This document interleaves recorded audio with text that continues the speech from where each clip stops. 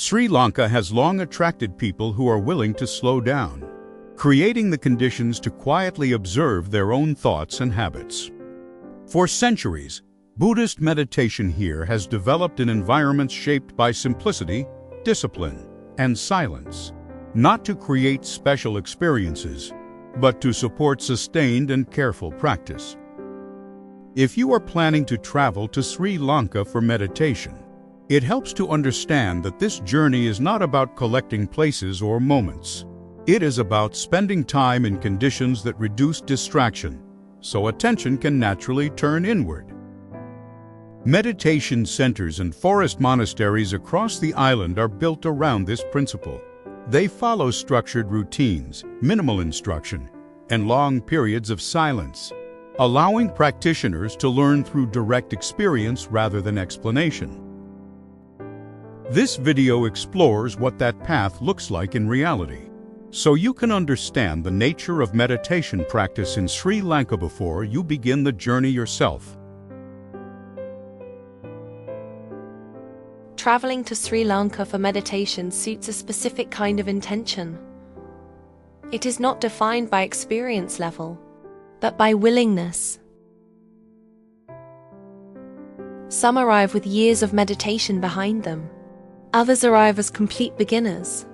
Both can practice here, but only if they are prepared to live simply and follow a structure that does not adapt to personal preferences.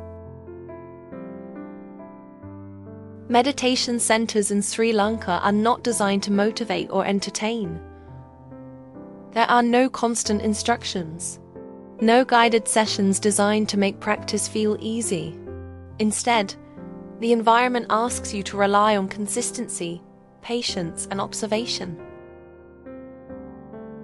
This journey is suitable for those who are willing to wake early, follow daily routines without negotiation, and spend long periods with their own thoughts, discomfort, and habits. It may not suit those looking for quick results, constant guidance, or a sense of achievement measured in days. In Sri Lanka's Buddhist meditation tradition, progress is not something you claim. It is something that gradually becomes visible through steadiness, restraint, and time. Understanding this before you arrive helps align expectation with reality and allows the practice to unfold naturally. Preparing to travel to Sri Lanka for meditation is less about organizing logistics and more about preparing your attitude. Meditation centers here operate on simplicity. Daily life is intentionally reduced to a few basic activities: waking, practicing, eating, resting, and returning to practice again. The purpose of this simplicity is not austerity, but clarity. Before arriving, it helps to understand that comfort is not prioritized. Rooms are simple, schedules are fixed, personal preferences are rarely accommodated. This structure exists to remove unnecessary decisions, allowing attention to settle more easily on the practice itself. Clothing is modest and functional. Loose, simple garments allow the body to remain at ease during long periods of sitting and walking. Bright colors, fashion, and self-expression are set aside in favor of blending quietly into the environment. Technology is limited. Phones and devices, when used constantly, fragment attention. In meditation centers, reducing this input is considered part of the training, not a restriction. Mental preparation is equally important. Many arrive expecting calm. What often appears first is restlessness, impatience, or resistance. This is not a failure of meditation. It is the beginning of seeing the mind clearly.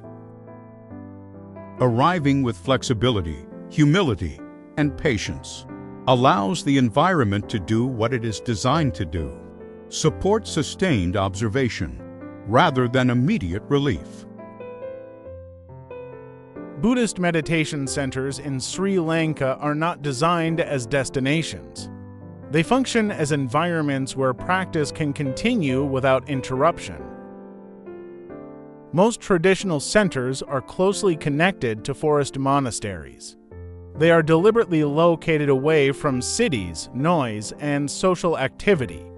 The intention is simple: reduce external stimulation so internal processes become easier to observe. Life inside these centers follows a fixed structure. Days begin early. Meditation periods are long and repetitive. There is little variation from one day to the next. This repetition is not accidental, it is essential. By limiting choice and novelty, the mind gradually loses its usual ways of seeking stimulation. What remains is attention directed toward bodily sensations, breathing, thoughts, and reactions. Instruction in these centers is minimal. Monks do not give frequent talks or constant guidance. Instead, practitioners are expected to observe, adjust, and continue. Questions are asked when necessary, not continuously. Silence plays a functional role. It is not imposed to create atmosphere, but to prevent unnecessary mental movement. Speech is reduced so awareness can remain steady.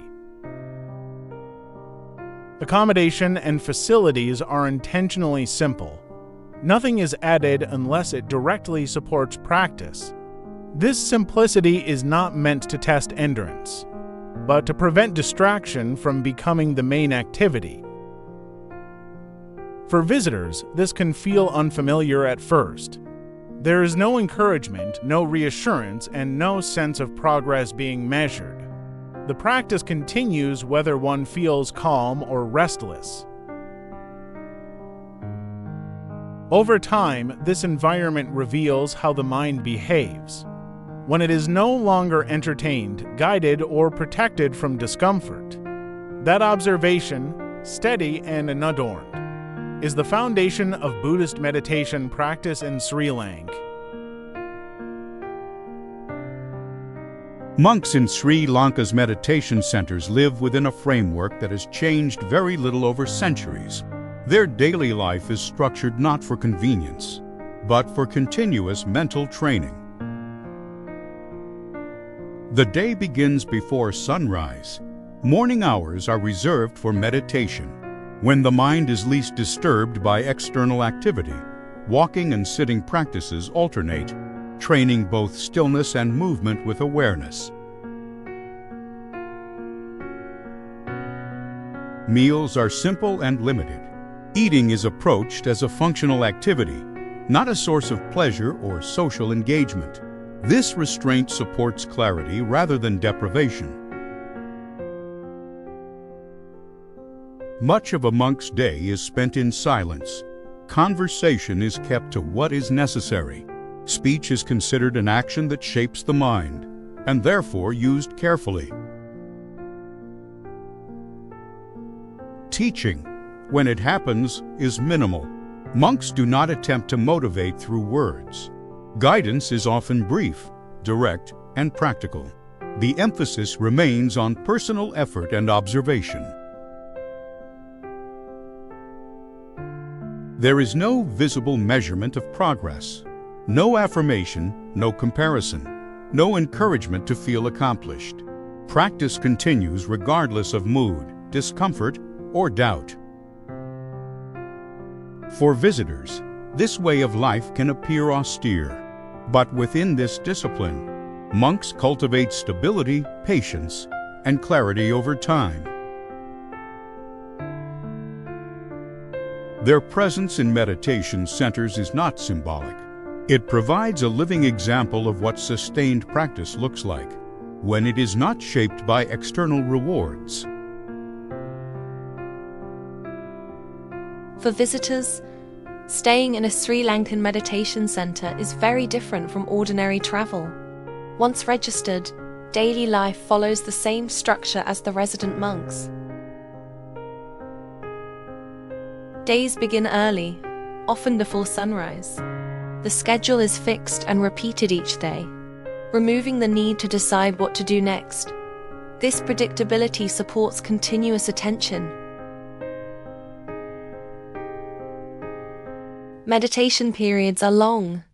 Sitting and walking practices alternate throughout the day. Breaks exist, but they are short and purposeful. Free time is not used for entertainment, but for rest and silent awareness. Interaction with others is minimal. Visitors are not encouraged to socialize or share experiences. Silence allows individual mental patterns to become visible, without comparison or distraction.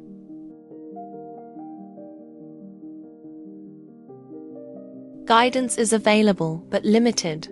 Interviews with a monk or teacher are brief and practical. Instructions focus on technique and continuity, not emotional reassurance. Physical comfort is adequate but simple. Accommodation is basic. There is no emphasis on personal preference or customization. Everything is arranged to support one activity: practice. For many visitors, the most challenging aspect is not the meditation itself, but the absence of distraction.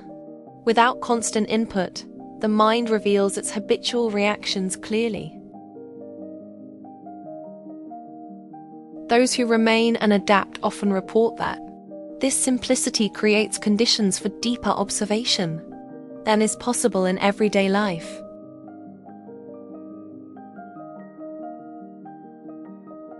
Sri Lanka has a long tradition of Buddhist meditation, and several centers are well known for maintaining strict practice environments.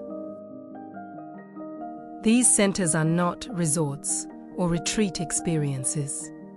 They function as places of training, open to both monks and lay practitioners. One of the most widely known centers is Mahasi Meditation Center in Colombo, which follows the Mahasi Vipassana tradition. It is accessible and structured, making it suitable for those who prefer an urban setting. Nilam Meditation Center, near Kandy, offers a quieter environment in the hills. It is often chosen by international visitors who want guided practice within a residential setting. For those seeking deeper seclusion, forest monasteries such as Nayana Aranya and Nisarana Vanaya in Mitiragala provide highly disciplined environments. These places emphasize silence, simplicity, and long hours of meditation. Kandabada International Meditation Center is another well-established option, known for its systematic approach and accommodation for foreign practitioners. Each of these centers differs in location, structure, and intensity. Some are more suitable for beginners, others for long-term or experienced practitioners. Choosing a center is not about comfort or reputation. It is about finding an environment that supports sustained attention and discipline. Traveling to Sri Lanka for meditation is not about searching for a special experience. It is about entering an environment that allows continuous observation of the mind. The centers, the monks, and the structure are not there to guide every step. They exist to remove distractions, so attention can remain with what is already present. For those willing to adapt, Sri Lanka offers conditions where meditation is not separated from daily life, but becomes the main activity. What happens within that space depends not on the place itself, but on the consistency and patience of the practitioner. Before we end, the next video will take us to Anuradhapura, not as an ancient city of ruins, but as a living example of a water engineering civilization that developed more than 2,500 years ago. We will explore how tanks, canals, and pressure control systems shaped daily life, monasteries, and the landscape itself.